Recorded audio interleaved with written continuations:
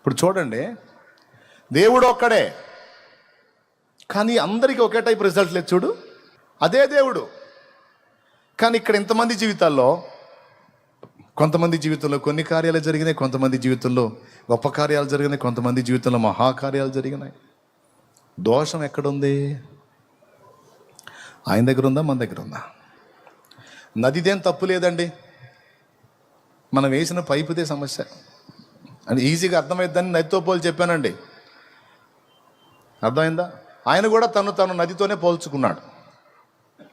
పరిశుద్ధాత్మ నదితో పోల్చబడ్డాడు, జీవజల నది. స్తోత్రం. ఇక్కడ మనం వినియోగించినటువంటి పైపును బట్టే ప్రతిఫలం.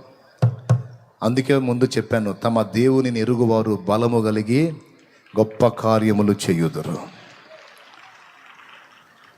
నీ దేవుడు అసమాన ధీరుడు, సర్వశక్తి గల దేవుడు, దేన్నైనా సాధించడానికి నీకు శక్తిని ఇవ్వగల దేవుడు.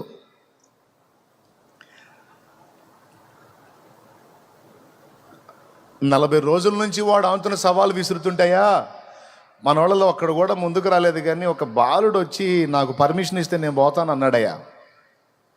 బాలుడా తీసారండి, వచ్చి నిలబడ్డాడు, గొర్రెలు కాసుకునే కర్ర చేతిలో పెట్టుకొని. బాలుడు చూసి, ఒరే నాయన, నువ్వు పోతావా వాడి మీదకి, ఆ గొలియాత్ మీదకి? వాడు ఎంత పొడుగున్నాడో తెలుసా? టేప్ పెట్టి కొలిస్తే 11-12 అడుగులు వస్తాడు వాడు. నువ్వు చూస్తే మొత్తం 5 అడుగులు కూడా లేవు. నువ్వు బాలుడివి, ముక్కు పచ్చలు అరలేదు, నీకేం తెలుసు యుద్ధం? నువ్వేం పోరాడుతావు వానితో? నీ వల్ల కాదు నాయన అన్నాడు. వెంటనే ఈ బాలుడు ఏమన్నాడో తెలుసా? సార్, వాడెంత పొడవు ఉన్నాడో, వాడెంత లావు ఉన్నాడో, వాడెంత ఎత్తరో, వాడెంత యుద్ధంలో నైపుణ్యం కలిగి ఉన్నాడో, వాడిది ఎన్ని సంవత్సరాల సీనియారిటీయో నేను ఎరగను. అవన్నీ నేను తెలుసుకోవాల్సిన అవసరం నాకు తెలియదు, నాకు అవసరం లేదు. వాడు ఏందో తెలుసుకోవాల్సిన అవసరం నాకు లేదు. నేను ఒకటి ఎరుగుదును, నేను నమ్మిన వాడు సర్వశక్తి గల దేవుడు. నేను ఆశ్రయించిన వాడు అసమాన ధీరుడు. ఆయనకి నేను ఎవ్వరిని సమానునిగా చేయలేను. సామాన్యుడు కాదు నేను నమ్మినాడు. ఎట్లా చెబుతున్నావు రా అయ్యాను? ఏ అనుభవంతో చెబుతున్నావు అంటే, వాడేంది సార్, వాడు నా మీదకి ఒకసారి సింహం వచ్చింది సార్. సింహం గొర్రెలు కాస్తుంటే అడవిలో నేను ముద్దుగా సంతోషించి ముద్దాడుకునే గొర్రె పిల్లను పట్టుకొని పోయింది. అది పైకి చూసా, అయ్యా అని బలమిచ్చాడు. పోయి పడ్డా, దాన్ని నోటిని చీల్చి నా గొర్రె పిల్లను కాపాడుకున్నాను సార్ నేను. నాకు బలం ఇచ్చాడు. సింహం ఎక్కడ, నేనెక్కడ సార్? కానీ ఎలా సాధ్యమైంది? బలము నాది కాదు, నా దేవుడిచ్చాడో. దాన్ని బట్టి నేను ఈ కార్యం చేయగలిగాను. ఎలుగుబంటిని అంతే చేయగలిగాను. మీరు పర్మిషన్ ఇస్తే వాడి సంగతి కూడా చూసి వస్తాను సార్. మరి వాడు చండాలంగా మాట్లాడుతున్నాడు దేవుణ్ణి.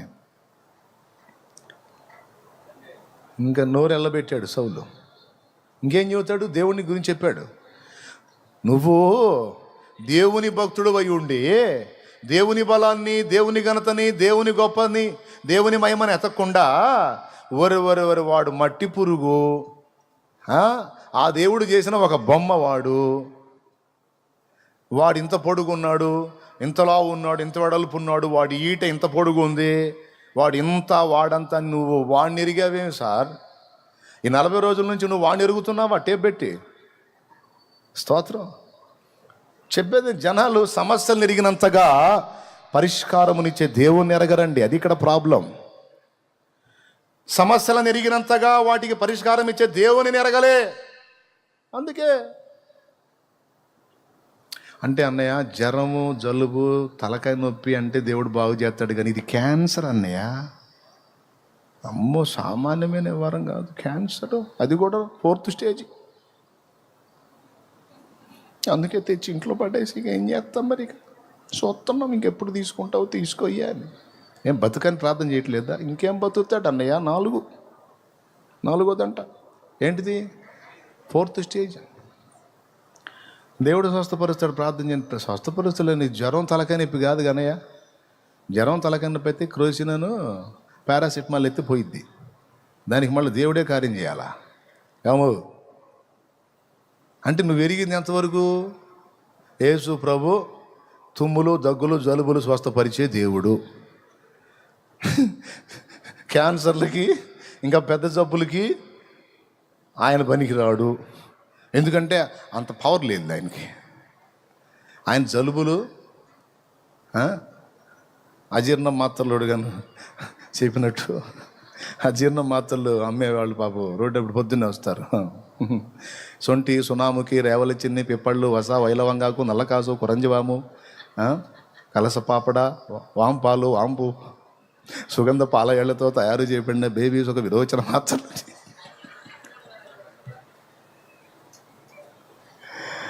ఏమండి అందులో ఏమేమి వాడాడు చూస్తాడు మొత్తం.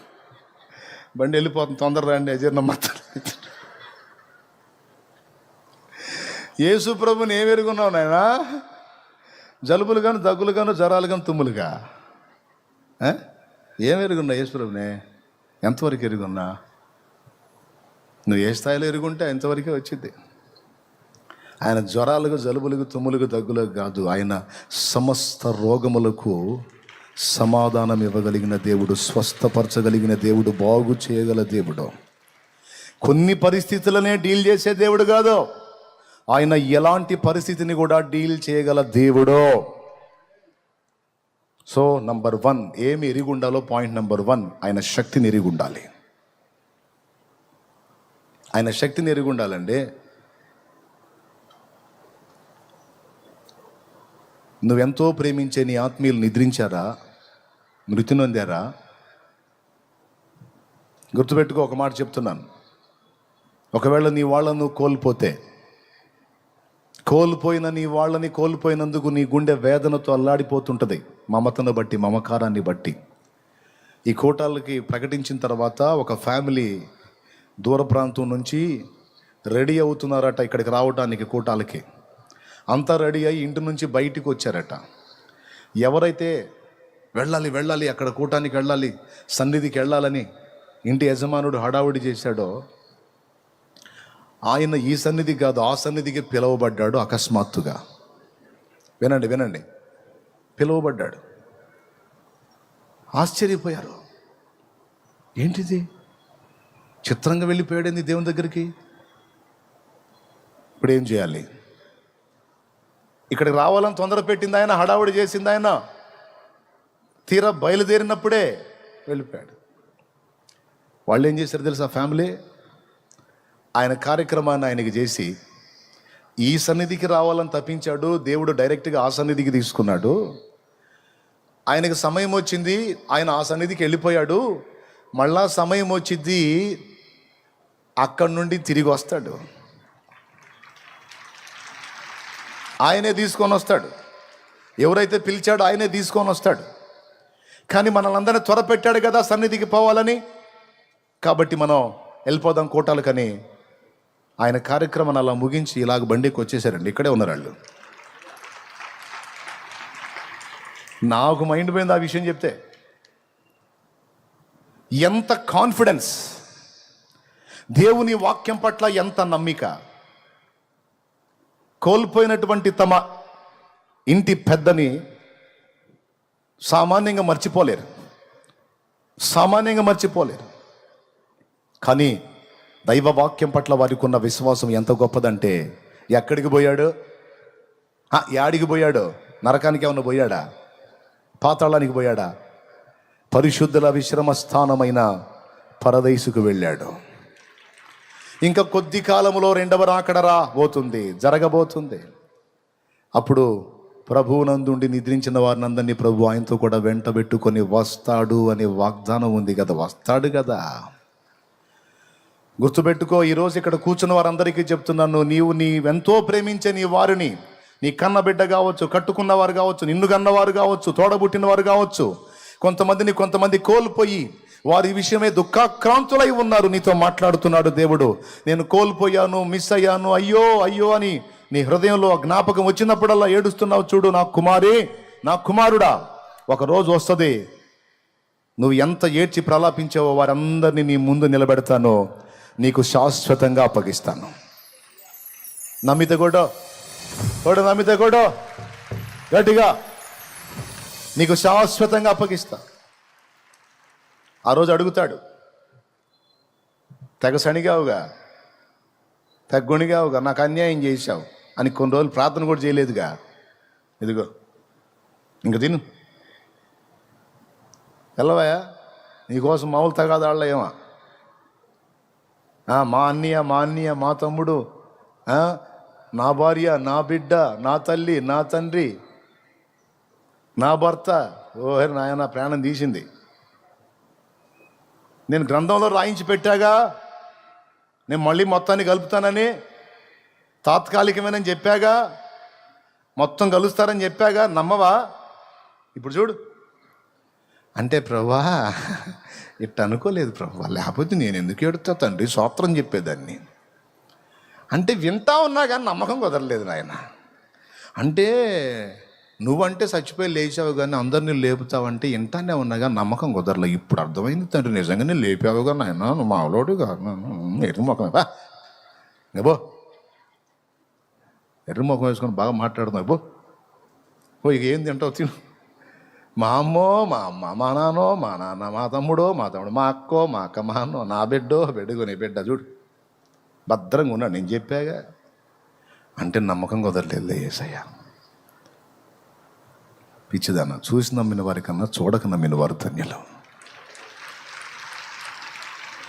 ఎన్ని వచనాలు రాయించి పెట్టాను, తెలియదన్న శక్తి. నేను లేవటమే కాదు, మృతిని గెలిచి నా యందు విశ్వసించిన వారందరినీ లేపుదును. నీ ఇంటి వస్తువులను నీవు లెక్క చూచుకొనగా ఏదియు తక్కువ కాదు. అదిగో వాగ్దానం అది. నేను నిన్ను ఆశీర్వదించేదను, నీకేమీ తక్కువ కాదు.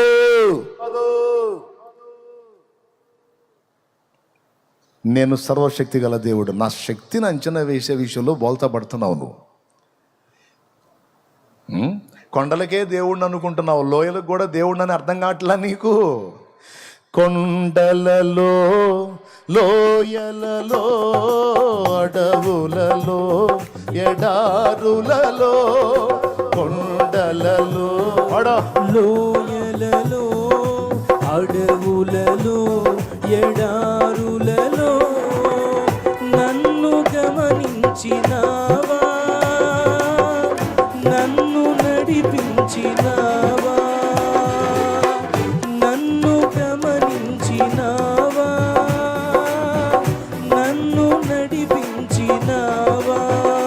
యేసయ్యా పాడు, యేసయ్యా, యేసయ్యా, యేసయ్యా. నిన్నే నే కొలుతూనయ్యా, నీవే నా రాజువయ్యా. యేసయ్యా, యేసయ్యా, యేసయ్యా, యేసయ్యా, యేసయ్యా, యేసయ్యా, యేసయ్యా, యేసయ్యా. నిన్నే కొలుతూనయ్యా, నీవే నా రాజువయ్యా. కొండలకే దేవుడా, లోయల్లో శక్తి లేదా? లోయల్లో కూడా దేవుడే. కొండ మీద ఆయన బలం పనిచేసిద్ది, లోయలో కూడా ఆయన బలం పనిచేసిద్ది. బిడ్డలారా, ఎంతమందికి తేటగా అర్థమవుతుంది?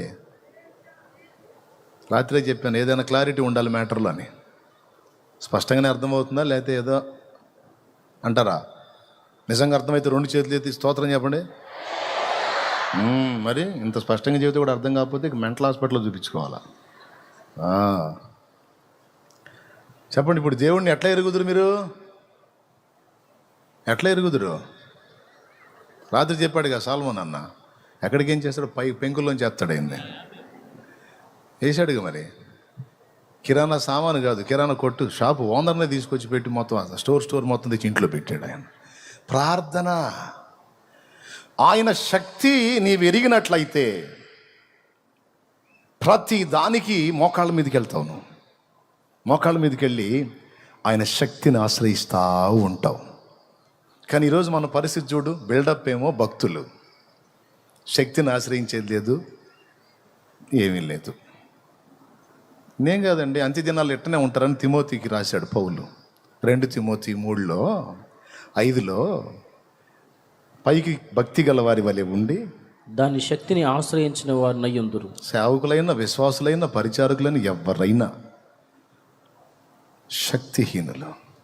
ఎందుకు శక్తిహీనులు? దేవుడు బలవంతుడు, మరి మీరెందుకు శక్తిహీనులు? ఆయన ఆశ్రయించినందున, ఆయనను అడగనందున. ఆయన అన్నీ క్లియర్గా చెప్పాడండి, మనకే మైండ్ పనిచేయదు. ఇప్పుడు నాకు తెలిసి ఆయన ఏందో నాకు కొంత అర్థమయ్యాడు. ఆయన ఏది, తన శక్తి విషయంలో నాకు ఒక అంచనా ఉంది. ఆ అంచనాన్ని బట్టి నేను ప్రతిదానికి నేను నేర్చుకున్నది ఏంటంటే, మోకాళ్ళ మీదకి వెళ్ళి ఆయన మీద ఆధారపడటం, ఏ పనికి పూనుకున్న ముందు ఆయన సన్నిధిని వెతుక్కోవటం. ఇప్పుడు ఇక్కడ ప్రసంగం చేయాలి, నా జ్ఞానం ఉందిలే, ఒక వచనం తీసుకొని చెప్పేస్తానని దాని మీద ఆధారపడి రావచ్చు. కానీ నాకు తెలుసు, నా జ్ఞానం మీద ఆధారపడి ఇక్కడికి వచ్చి ఓవర్ యాక్షన్ చేస్తే అంత బుస్ అయిద్దని నాకు తెలుసు. అట్లా చాలాసార్లు నాకు పాఠం నేర్పాడు. ఓరు నాయన, ఏ పాట అయినా అలాగే అలవోకగా అలాగా అని ఊదేను అని ఎచ్చులు పడి వచ్చా ఇంటికాడ నుంచి. కొన్నిసార్లు స్టేజీల మీద అక్కడక్కడ కరెక్ట్గా బలిపీఠం ఎక్కి పాట మొదలు పెట్టగానే అనిపోయింది. యారా మంచి గాయకుడి కదరా, పాడు. అర్థమైంది, పాయే. ఏం బాయే? అప్పటి నుంచి ఎంత గాయకుడినైనా నా గానాల మీద నాకు నమ్మకం లేదు, నా ఉపదేశాల మీద, నా తెలివి మీద నాకు కాదు. పోయి మోకాళ్ళు, అయ్యా నువ్వు చేస్తే కార్యం. పాట అయినా, మాట అయినా, పుస్తకమైనా, ఎందులోనైనా జీవం నువ్వు నింపితే అది ప్రజల్ని తాగుతుంది, బ్రతుకులు బాగుపడతాయి, హృదయాలు మారిపోతాయి. తండ్రి నువ్వు కదులు, నువ్వు కార్యం చేయి. ప్రార్థన చేత తడపబడని ప్రసంగాలు నిస్తేజమై, నిర్వీర్యమై, అవి ఎందుకు కొరగానివై ఉంటాయి. వినేవాడికి కాసేపు టైంపాస్ అవుతుందేమో కానీ ఎలాంటి ప్రభావాన్ని కలిగి ఉండవు. అవి వాక్చాతుర్యంతో కూడినవి. వాక్చాతుర్యాలు ఆత్మల్ని కదిలించలేవు. వాక్చాతుర్యం కాదు, వాక్శక్తి కావాలి. వాక్శక్తి కావాలంటే ఆ శక్తిని దేవుడే ఆ వాక్కులో నింపాలంటే దేవుణ్ణి ఆశ్రయించాలి. కాబట్టి ప్రియులారా, శక్తిని ఎరిగిన వాడు ఏం చేస్తాడు? ఎంత పనికైనా సరే చాలినవాడు దేవుడు. ఆయన శక్తి నాకు తెలుసు అన్నాడు. అరణ్య యాత్రలోన నా దాగు చోటు నీవే, నా నీటి ఊట నీవే అనుకుంటా ఆయన మీద ఆనుకోవటానికి పోతాడు. ఆ పని చేయకుండా బైబిల్ తీసుకొని మనం ఒట్టిగా తిరిగితే ప్రయోజనమే ఉంది. అది కాబట్టి ప్రియులారా, దేవుని శక్తిని ఎరిగి ఉండాలండి. మీరు ఎలా ఎరుగుంటారో అంతే దొరికింది మీకు. దేవుడు బలవంతుడే, కానీ ఆయన ఏ పరిధిలో నువ్వు ఎరిగి ఉంటావో, ఏ అంచనాలతో ఆయన విషయంలో ఉంటావో అంతే లభించింది. సముద్రము ఆయన కాళ్ళ కింద ఉంది, నీళ్ల మీద నడుస్తున్నాడు. అబ్బా నా దేవుడు, నా ప్రభువా, నేను కూడా నడుస్తా అన్నాడు. నడువయ్యా అన్నాడు, నడిచాడు. కొంచెం నడిచిన తర్వాత అలా గాలి అలం లేపినప్పుడు భయమ్మో ఇంతలో గాలి వస్తుంది అన్నాడు. ఇప్పుడు ప్రభు కంటే గాలి గొప్పది అనుకున్నాడు, టాపీమని మునిగిపోయాడు. మునిగిపోయేటప్పుడు ఇప్పుడు గాలో అనలా, ప్రభువా చేయిచ్చి లేపాడు. అల్ప విశ్వాసి, ఎందుకు సందేహపడ్డు? ఇంతవరకు నడిపించిన నా శక్తి నన్ను చేరిన దాకా నడిపించదని ఎందుకు అనుకున్నావు? నీ విశ్వాసమే నిన్ను నీట నడిపించింది, నీ అల్ప విశ్వాసమే నిన్ను నీట ముంచింది. నా దగ్గర శక్తిహీనత లేదు నా కుమారుడా. నీవు నన్ను ఎలా ఎరిగి ఉన్నావో అలానే రిజల్ట్ ఉంటుంది. లోపం ఏదైనా ఉంటే నీలో ఉంటుంది, నాలో లేదు. ఈ మధ్యాహ్నం వేళ ఈ చివరి కూటంలో మీ అందరికీ ప్రేమతో తెలియజేస్తున్నాను. ఒకసారి ఆలోచించండి, పరిశీలించండి. దేవుణ్ణి ఎలా ఎరుగున్నారు? కొన్నిటికే దేవుడా? సజీవులకే దేవుడా? మృతులకు దేవుడు కాదా? ఆయన మృతులకు కూడా, సజీవులకు దేవుడు. లోయలలో దేవుడు, కొండలలో జ్వరము, జగ్గు, జలుబు వీటికి కాదు. మానవ జాతిని పీడిస్తున్న సకల బలహీనతలకు ఆయన దేవుడే. ప్రతి వ్యాధిని అనుంది లేఖనంలో, ప్రతి వ్యాధిని ఆయన స్వస్థపరచగలడు. ప్రతి వ్యాధిని, ప్రతి విధమైన వ్యాధిని ఆయన స్వస్థపరచుచూ సంచరించెను. కొంతమంది వస్తారు, గట్టి ప్రయోగం జరిగింది అన్నయ్య నా మీద. ఏం ప్రయోగం? గట్టి ప్రయోగం జరిగిందంట. మంచి పనోడు అంట, మామూలు మాంత్రికుడు కాదంట, బ్లాక్ మ్యాజిక్ అంట, టాటా మ్యాజిక్ లాగా బ్లాక్ మ్యాజిక్. అస్సలు ఏం చేశారు నా మీద? చేస్తే మరి నీకు తోడై ఉన్నాడు అంటే అదేందో ఏదో ఏదో ఏదో శక్తి అంట అన్నయ్య. ఆ శక్తిని వదిలాడంట అసలు నా మీదకి. అంటే నాకు ఎందుకు చెబుతున్నాడు తెలుసా? ఆ శక్తి యేసుప్రభుని మించిన శక్తి అని నేను కూడా వాయమ్మ అంతలా శక్తా, అట్టయితే కట్టమే అని నేను అనాలని. నేనంటే నిజంగా పోతాడు అడ్రస్ లేకుండా. లేఖనం ఏం చెప్తుంది? లేఖనం ఏం చెప్తుంది?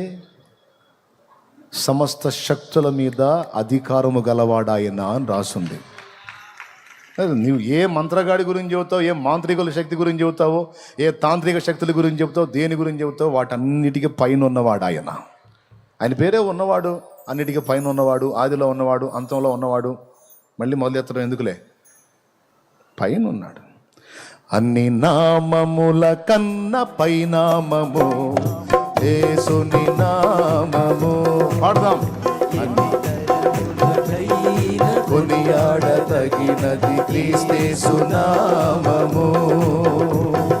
యేసు నామము జయం జయము, సాతాను శక్తులు లయం లయము.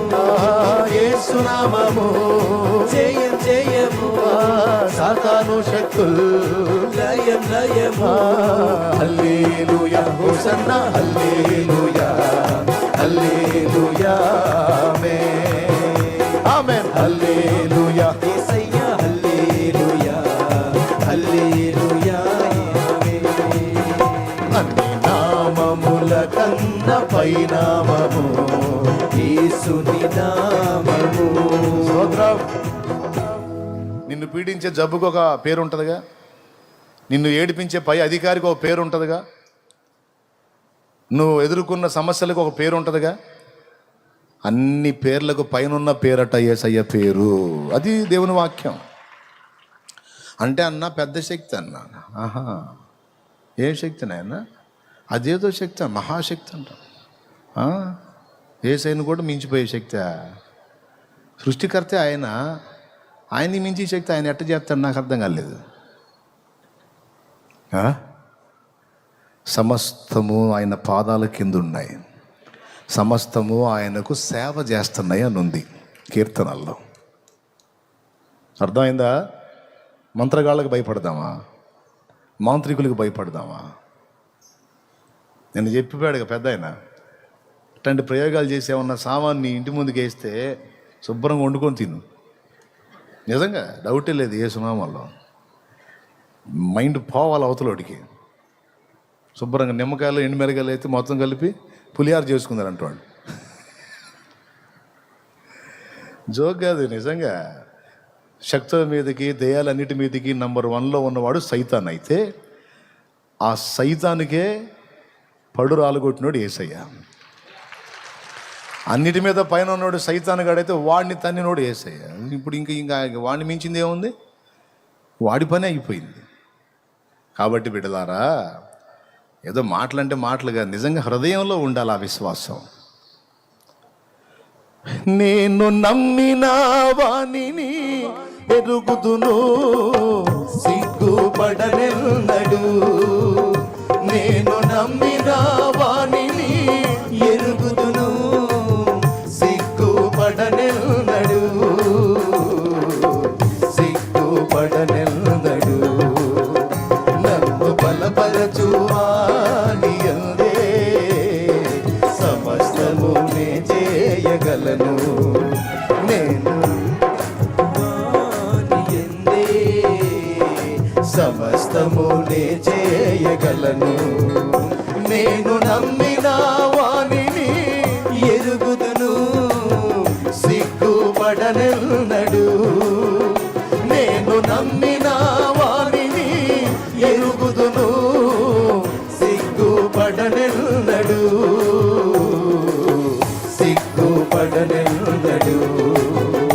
నన్ను బలపరచు వాని యందే సమస్తమునే చేయగలరు. దేవునికి మహిమ. దేవుడిని ఎరిగి ఆయన కార్యాలను ఎరిగిన వాడు ఎన్ని అవమానాలు ఎదురైనా సిగ్గుపడడం. ఎదురయ్యే అవమానాలను బట్టి ఎంజాయ్ చేస్తాడు. అనండ్రా, ఇంకా ఎగతాళి చేయండి రా, చెయ్యాలా, మీరు చెయ్యాలా, మీరు అనాలా, ఆయన వినాలా, అప్పుడు న్యాయం చేయాలా. చేయండి, ఎగతాళి చేయండి, హేళన చేయండి, ఏ విధంగానైనా చేయండి. నీ తోటి స్టూడెంట్స్ నిన్ను ఎగతాళి చేశారా, వేస్ట్ ఫెలో, వీడు వేస్ట్ గాడు, వీడట్లా, వీడిట్లా, ఓకే అనండ్రా, మీరు అనాలా. ఈ అవమానాలన్నీ నాకు తగలాలా, ఇవన్నీ నా దేవుడు వినాలా.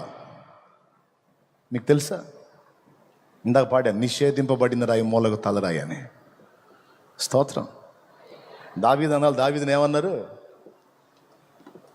గొలియాతుని చంపితే ఏమి ఇస్తారని అడిగితే వాడు పోయి నేరుగా పెద్దన్నకి చెప్పాడు. దావీదు వాళ్ళ అన్నకి, వాళ్ళ అన్న పిలిచి ఏమన్నాడు? రే ఇట్రా, వేళ్ళంత లేవు నువ్వు, వాడి మీద యుద్ధం చెప్తావు నువ్వు, నీకు గర్వం రా, నువ్వు నీ బతుకు నువ్వు కొట్టు. ఖచ్చితంగా ఇంతకంటే ఫోర్స్గానే ఉంటాడు. ఎందుకంటే టెన్షన్ కాదు మరి. పొరపాటున యుద్ధానికి పోయి ఏమన్నా అయిపోతే వాళ్ళ నాన్న ఏమంటాడు? ఎస్ఐ, అరే పెద్దోడా, నీకన్నా మైండ్ ఉండొద్దంటారా? వాడు పిల్లోడు తెలిసి తెలియక వాడు ఏదో పోతానంటే నువ్వే నిద్రముఖమే పనికి మాలోడు అనడు. అందుకని ఎక్కడ దావీదు పోతాడు అని ఏమన్నాడు తెలుసా? తిట్టాడు దావీదుని. తండ్రి అంటాడో అన్నాడు అన్నది సంగతి పక్కన పెడితే అసలు ముందే దావీదు అంటే నచ్చదు.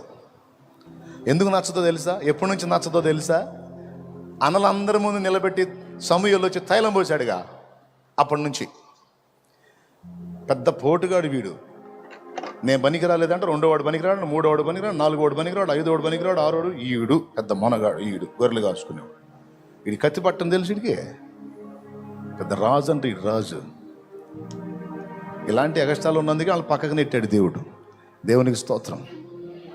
దీనుడు దావీదు అవమానపరిచాడు అంతమంది జనంలో. అక్కడ ఎగతాళి చేశాడు. నువ్వు పిల్లోడిలాగుండు, ఏందిరా నీకు చేసేదే, ఏంది నీకు చేత అయింది, పెద్ద మొనగాళ్ళలాగా, నీ బతికేందిరా, నీ కెపాసిటీ ఎంత, ఏంటి నీ పొజిషన్ ఏంటి? అవమానం. ఇక్కడ ఈయన అవమానపరిచాడని రాజు దగ్గర పోతే అక్కడ సౌలు, వాడు అంత పొడుగు అంతలావు, నువ్వు పిల్లోడు అని ఆయన ఎగతాళి చేశాడు. అవమానాలు. వీళ్ళేంద్ర సోదరులాగా ఉన్నారు. నేనేదో నా బలాన్ని చూసుకొని పోతున్నట్టు ఫీల్ అవుతున్నారు. నేను ఆయన మీద అనుకున్నానని గ్రహించరే మీ గుడ్డోళ్ళు. సరే అనండి అనండి అనండి అనండి అని అన్న మాటలన్నిటిని బట్టి కృంగిపోయి దిగులేసుకొని నిద్ర పట్టక నిద్ర మాత్రల మింగల, మానసిక రోగులు మింగే మాత్రల మింగల. ఆయన వైపు చూశాడు. ఏంటన్నాడు? పట్టించుకోదా మాటలు అన్నాడు. వాళ్ళు అంతే అంటారు, నువ్వు వెళ్ళు అన్నాడు. నువ్వు నేను నీకు తోడై ఉన్నాను అన్నాడు. అయిపోయింది. పోయాడు, శత్రువుని కూల్చాడు. కూల్చిన తర్వాత ఏమని ఉంటాడు పెద్దన్న? ఒకసారి చెప్పండి. జనమంతా పోయి దావీదును పైకెత్తి హడావిడి చేస్తుంటే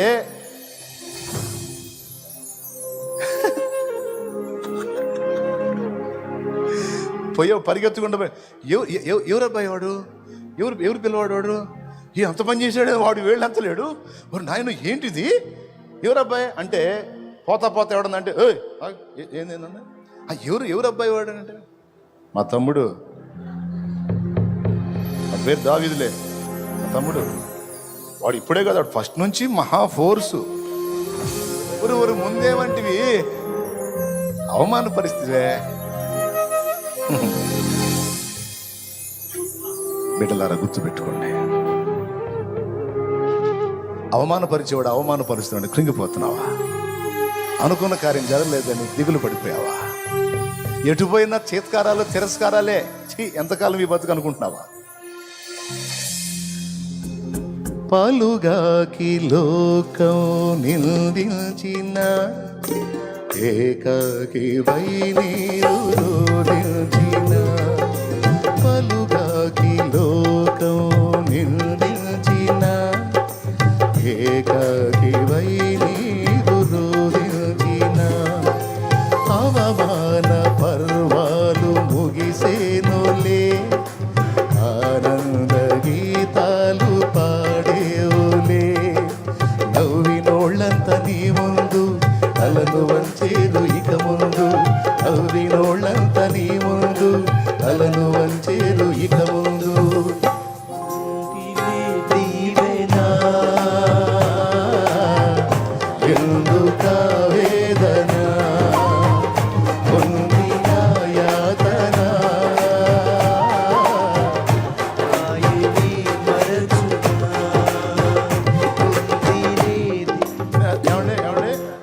ఈ పొగడ్తలన్నీ వస్తున్నప్పుడు దావీదు ఎలా ఫీల్ అయి ఉంటాడు? దావీదు మనసు నాకు కొంచెం గ్రహింపు ఉంది. దావీదు ఎలా ఫీల్ అయి ఉంటాడో తెలుసా? వాడు శత్రువు కూలిపోయినప్పుడు, ప్రజలంతా వచ్చి దావీదుని పైకెత్తినప్పుడు, దావీదు అన్నలు వచ్చి దావీదుని పొగిడి పొగిడి మాట్లాడుతున్నప్పుడు విర్రవీగి చూసుండడు, ఆకాశం వైపు చూసుకుంటాడు.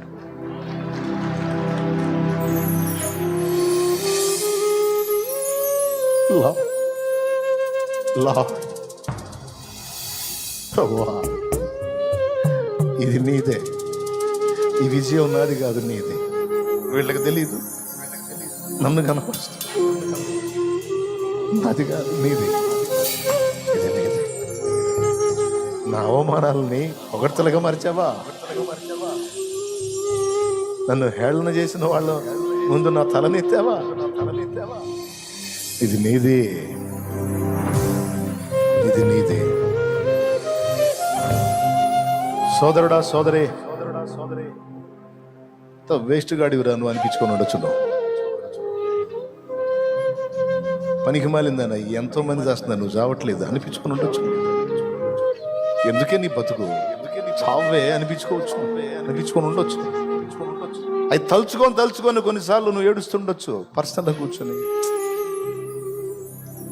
కొంతమంది నిన్ను అసోదరుడు, పెద్ద సోదరుడు, పనికిరాడు, వీడు ఊరకపోయేవాడు, వీడికి తెలివి లేదు, పాడు లేదు, ఎక్కడోళ్ళు చూడు, ఏడోళ్ళు చూడు, ఈడు చూడు, ఈ బతుకు చూడు అనిపించుకోవచ్చు.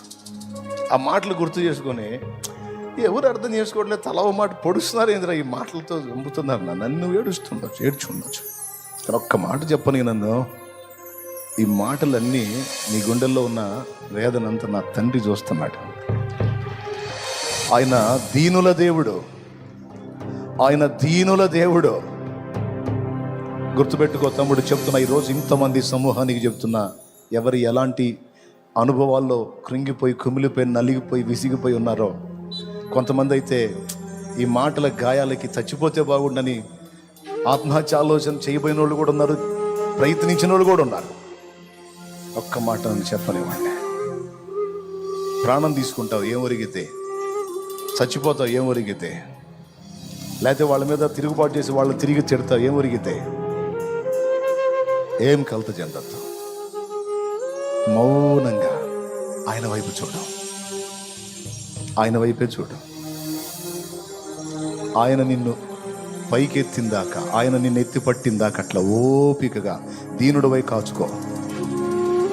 అనే మాటలన్నీ అననే, విను విను విను విను విను విను, స్తోత్రం చెప్పు, స్తోత్రం చెప్పు, స్తోత్రం చెప్పు.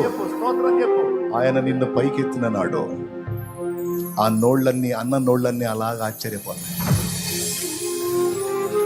నోళ్ళు ఎల్లబెడతాయి. ఇది వేస్ట్ గాడు అనుకున్నావు, ఏందిరా ఇంత పొజిషన్లోకి వెళ్ళాడు, ఇది ఒట్టోడు అనుకున్నావు, ఏందిరా వీడు ఇంత ఘనకార్యాన్ని సాధించాడని. దేవుడిని ఎడల చూపేటువంటి కార్యాలను బట్టి వాళ్ళ నోళ్ళు మూతబడతాయి, వాళ్ళ తలలు దించుతాయి. ఎంతమందికి విశ్వాసం ఉంది? కహాని చెప్తున్నానా? భక్తులు అలా చేయలేదా నా తండ్రి? విరిగి నలిగిన హృదయము గలవారికి యెహోవా ఆసన్నుడు. అలాంటి హృదయం దావీదు కలిగి ఉన్నాడు, యోసేపు కలిగి ఉన్నాడు. దేవుడు వారిని ఎత్తిపట్టాడు. ఈరోజు ఆయన బిడ్డగా నా కుమారి కుమారుడా, నా తల్లి తండ్రి, అక్క చెల్లి తమ్ముడు అన్న, ఎలాంటి చేదైన అనుభవాల్లో ఉన్నావు, డోంట్ వరీ అనేవాళ్ళని అననే, కృంగిపోవాక. నీ పిల్లలు తిడుతున్నారా? నీ దీన స్థితిని బట్టి నువ్వు శుభకార్యాలకు వెళ్ళిన దగ్గర అవమానపరుస్తున్నారా? ఓకే అవన్నీ తీసుకో తల్లి, తీసుకో నాయనా, తీసుకో, స్తోత్రం చెప్పుకో, గుర్తుపెట్టుకో. రేపు అవన్నీ మధురమైన జ్ఞాపకాలుగా మారబోతున్నాయి నీకు. నువ్వు ఏ కార్యాలకు వెళ్ళిన దగ్గర నేను అవమానపరిచారా? డోంట్ వరీ, తీసుకో అవన్నీ, గుర్తుపెట్టుకో. అవన్నీ నీకు తీయని జ్ఞాపకాలుగా మారబోతున్నాయి. అవి నాకు వద్దు అనుకుంటే మరి రేపు మధురమైన జ్ఞాపకాలు ఏముంటాయి నీ జీవితంలో చెప్పు. అవి అనాలి, వాళ్ళు నువ్వు వినాలి, ఆయన వినాలి, నిన్ను ఎత్తిపట్టాలి. నీకు అదొక మధురమైన అనుభవంగా మిగిలిపోవాలి. ఈ మాట ఎంతమందికి అర్థమైందో చేతులు ఎత్తండి. వాడొత్త గాలుడు, వాడొత్త తాగుబోతాడు, వాడొత్త తిరిగిపోతాడు, వాడొత్తి ప్యాకాటగాడు, వాడు డ్రగ్గిస్ట్. ఏమిస్టు? డ్రగ్గోడు. వాడు పనికినాడు, వాడు ఉరకపోయేవాడు, వాడు బతుకు మారిద్దా? నువ్వు డ్రింకర్వే, నువ్వు తాగుడు అలవాటు పడ్డావు, కానీ నీ గుండెల్లో కూడా మారాలని ఉంది, కానీ మానలేకపోతున్నావు. నీకు ఈరోజు శుభవార్త. అలా నిన్ను అవమానంగా మాట్లాడిన వాళ్ళందరి ముందు నీవు తల ఎత్తుకొని తిరగాలి అంటే దానిని జయించే బలమిచ్చే యేసు ఈరోజు నిన్ను పిలుస్తున్నాడు, రమ్మని. దా, నా లైఫ్ కూడా బాగుపడిద్దా? నా పాపాలు కూడా యేసు క్షమిస్తాడా? నన్ను కూడా ఆశీర్వదిస్తాడా? నాకు కూడా బెటర్ లైఫ్ ఉందా? ఉంది. నువ్వు విశ్వసిస్తే ఇది నిజం. నేను ఎదుర్కొన్న అవమానాలు, నేను సాక్ష్యం ఇస్తున్నా, అవమానాలు ఎదుర్కొన్న చాలా, ముఖం మీదనే దూషించా. ఒకసారి సింగిల్గా కూర్చొని నేర్చుకునేవాడిని. మరి నేను పాటలు, దేవుని ఇచ్చిన పాటలు రాసుకుంటానంటే ఆ అనుభవాల్లోంచి వచ్చిన ఆ తలంపులు, పరిశుద్ధాత్మ దేవుడు ముందు అనుభవాలు నేర్పి తర్వాత తలంపులు ఇచ్చి అవే పాటలు చేయించాడు. ఆయన చేసిన కార్యం. నేను ముగిస్తున్నాను, మీరు జాగ్రత్తగా ఈ మాటలు తీసుకోండి. నేను ఫేస్ చేశాను అనుభవాలు, కానీ ఈరోజు దేవుని కృతజ్ఞతలు చెప్పుకుంటా ఉన్నాను. దేవునికి మహిమ కలుగును గాక. హల్లెలూయా. నా జీవితానికి మార్పు ఉంటుందా? నా బ్రతుకు కూడా బాగుపడిద్దా? తప్పకుండా బాగుపడిద్ది. బాగు చేసేవాడు ఆయన ఉన్నాడు. నా టోటల్ ఫ్యామిలీకి చెప్పాను, డోంట్ వరీ, వాళ్ళు అలా అన్నారు, వీళ్ళు ఇలా అన్నారని కృంగిపోతున్నారా? నిరాశపడుతున్నారా? మనకి దేవుడు లేడా? ఆయన వినట్లేదా? బాధపడకండి. ఈ మాటలన్నీ గుర్తుపెట్టుకోండి, అన్ని రివర్స్ అయితే చూడండి. చెప్తూ వచ్చా, ఫ్యామిలీకి చెప్తూ వచ్చాను. ఈరోజు అవి చూస్తున్నప్పుడు వాళ్ళు కన్నీళ్లతో దేవుని వైపు చూడటం తప్ప ఇంకేం చేసేది లేదు. ప్రియమైన బిడ్డలారా, మీ అనుభవాలు అలా మారుతాయి. నా దేవుడు చేస్తాడు. అన్ని ఉన్నోళ్ళని దగ్గరకు తీసుకొని ఏమీ లేదని నిన్ను నెట్టారా? నీకేసై ఉన్నాడు, ఆయన ఉన్నాడు, నీ పక్కన ఉంటాడు. వాళ్ళు కాదు, వాళ్ళ తాతలు పరిగెత్తుతారు నీ దగ్గరికి. Don't worry. ఈ చివరి కూటంలో ఈ వాగ్దానాలు తీసుకో, నువ్వు విశ్వాసంతో తీసుకో. ఇవన్నీ శరీర సంబంధమైన అనుకోవద్దు. ఆత్మ సంబంధంగా ఉన్నాయి కొన్ని గాయాలు, శరీర సంబంధంగా ఉన్నాయి కొన్ని గాయాలు. అన్నీ కట్టి చెదరిన గుండెల్ని ఆదరించేవాడు నా దేవుడని సాక్ష్యం ఇస్తున్నాను. అయితే ఒక్కటి షరతు, నీవు దేవుణ్ణి ఆశ్రయించు, దేవుని వైపే చూడు, నా యేసయ్య వైపే చూడు. ఆయన చెప్పిన మాట విను, ఆయన్ని తెలుసుకో, ఆయన్ని కలుసుకో, ఆయన చెప్పిన మాటలకు లోబడు, బాగుపడతావు. దేవుని శక్తిని మనం ఎరిగి ఉండాలి. దేవుడు ఎంత జ్ఞానవంతుడో మనం ఎరిగి ఉండాలి. నీవు బాగు చేసుకోలేని ఎన్నో సమస్యలను ఆయన బాగు చేయగలడు. ఆయన జ్ఞానవంతుడు. ఆయన ప్రేమ ఏంతో నీవు ఎరిగుండాలి. నీకోసం తన ప్రాణాన్ని పణంగా పెట్టినోడు నిన్ను అలా వదిలేస్తాడా? నా ధైర్యం అదే. నన్ను పిచ్చిగా ప్రేమించి నా కోసం ప్రాణం పెట్టినోడు అవమానాలకు నన్ను అప్పగించాడు అంటే గొప్ప ఆశీర్వాదం ఏదో నాకు ఇవ్వబోతున్నాడని నాకు తెలుసు. ఎందుకంటే ఆయన నన్ను ప్రేమిస్తున్నాడు. చాలా ఇష్టం నేనంటే యేసయ్యకి. నువ్వు చెప్పగలవా? ఎంతమంది చెబుతారు అంత కాన్ఫిడెన్స్తో? చెప్పండి, చెప్పు. నేనంటే యేసయ్యకి చాలా ఇష్టం. చెప్పు, గట్టి చెప్పు. నిజమేనా? ఎట్ట చెబుతున్నావు తెలుసా? నేనంటే చాలా ఇష్టం. పూర్తి నిశ్చయితం. నిజం చెప్పండి, నిజం చెప్పండి. నమ్ముతున్నావా? ఆయన నీ కోసం ప్రాణం పెట్టాడు. ఒకడు అన్నాడట, పద్దాకలు నీ కోసం పెట్టాడు, నీ కోసం ప్రాణం పెట్టాడు అంటావు ఏంది? వీళ్ళందరి కోసం పెట్టలేదా? నా ఒక్కడి కోసం పెట్టాడు అన్నాడట.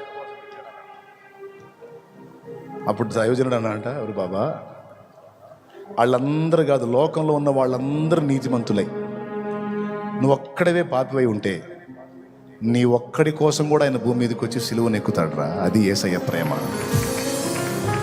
అదిరా యేసయ్య ప్రేమ. దేవునికి స్తోత్రం. మొన్న ఒక దైవజనుడు అంటున్నాడు, భలే మాట, ముత్యం లాంటి మాట అన్నాడు. తృప్తి కలిగింది నాకు. కొంతమంది మనుషులు మనమేందో తెలియక మనల్ని ప్రేమిస్తారట. కొంతమంది మనుషులు మనమేందో తెలియక మనల్ని ద్వేషిస్తారట. మనమేందో తెలిసినప్పుడు భలే మాట. కొంతమంది మనమేందో తెలియక ప్రేమిస్తారట. మనమేందో తెలిస్తే ప్రేమించరు. కొంతమంది మనమేందో తెలియక ద్వేషిస్తారట. ఆ ద్వేషించే వాళ్ళకి మనమేందో అర్థమైతే వాళ్ళ అభిప్రాయాన్ని మార్చుకుంటారు. కానీ యేసయ్యకు మనమేందో పూర్తిగా తెలిసి కూడా మనల్ని ప్రేమించాడు. మనమెంత బలహీనులమో, మనమెంత చంచల మనసు గలవారమో, అస్థిరలమో ఎరిగి ఉండి కూడా ఆయన మన కోసం ప్రాణం పెట్టడానికి ఇష్టపడ్డాడు. భలే అనిపించింది నాకు ఆ మాట. తెలియక కొంతమంది ప్రేమిస్తారు, కానీ మన బలహీనమని తెలిసి కూడా యేసు మనల్ని ప్రేమించాడు. ఇంత ప్రేమించే దేవుడు నీకు తోడై ఉంటే నిన్ను వదిలిపెడతాడా? పిచ్చిదానా? అయ్యా, నిన్ను వదిలిపెడతాడా?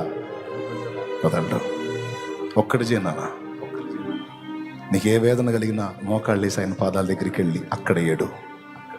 మనుషుల ముందు ఏడవద్దా, మనుషుల ముందు విషన్నంగా తిరగొద్దా, సంతోషంగా తిరుగు, ఆనందంగా తిరుగు. ఆయనను బట్టి ధైర్యం తెచ్చుకొని గంభీరంగా తిరుగు. నీకే గాయమైనా వెళ్ళి మోకాళ్ళు వేసి ఆయన ఆయన ఆయన ఆయన కాళ్ళ దగ్గర కన్నీళ్ళు కావచ్చు. అన్ని జ్ఞాపకార్థంగా చేరతాయి.